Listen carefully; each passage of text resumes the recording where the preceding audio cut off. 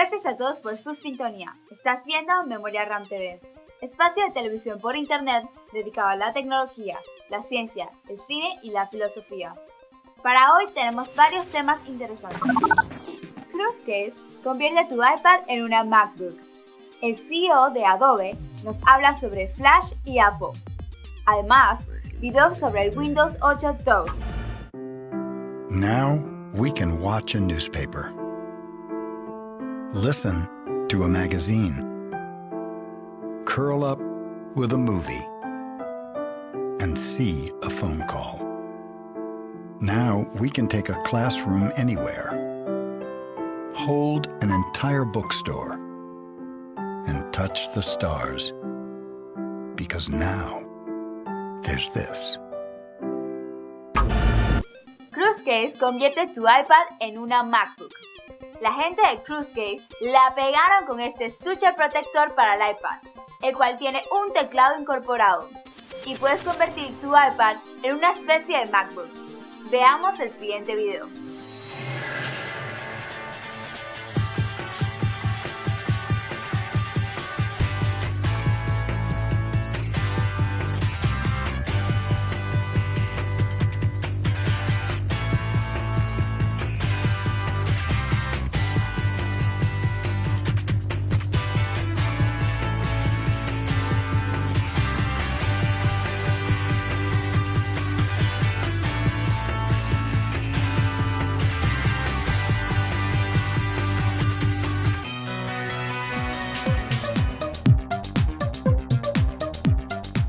El CEO de Adobe responde por qué Apple no usa el Flash en sus dispositivos con iOS. Aquí está la entrevista. What's the deal between you and Steve Jobs? Now, he was here last year, and we gave him a chance to expand on what he had previously written about it.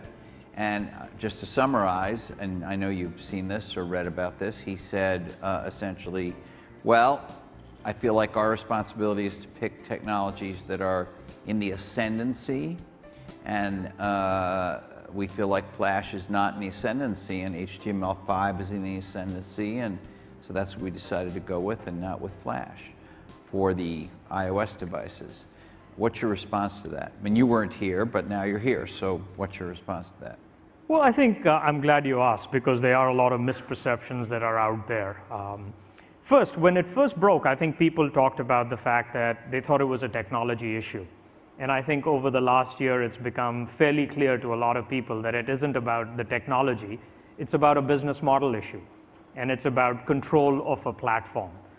Because the reality is that whether it's Flash today, or whether it's Java on the iPad, or whether, moving forward it might be applications like the Kindle, it's control of the application store and the app store that's really at issue here.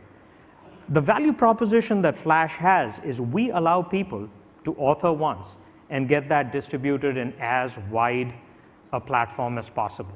And we've done that with Android. We will have 130 million devices, phone devices that have Flash by the end of the year. We will have. And I have yet to test a single one where Flash works really well.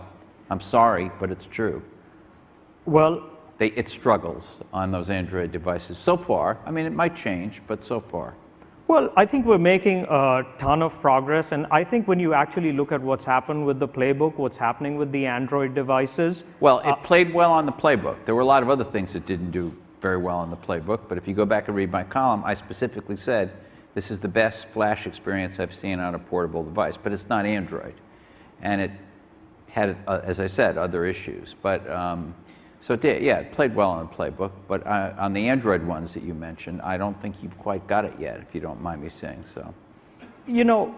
We look at it and say our job as a company is to make sure that when people want to create content, whatever content they want, whatever formats they want, we will produce the world's best tools to do that, and we will distribute that. Ahora les presento un video sobre cómo se está construyendo Windows 8 Touch.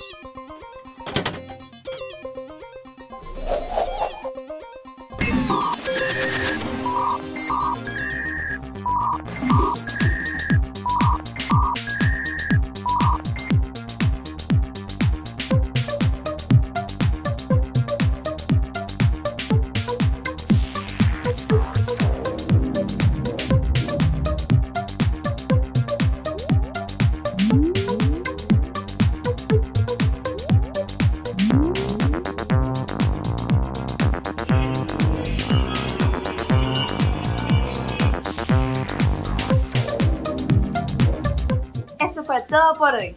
Los esperamos en el próximo episodio de Memoria RAM TV. Recuerda que puedes seguirnos en Twitter o escribirnos por mail. Muchas gracias por su atención.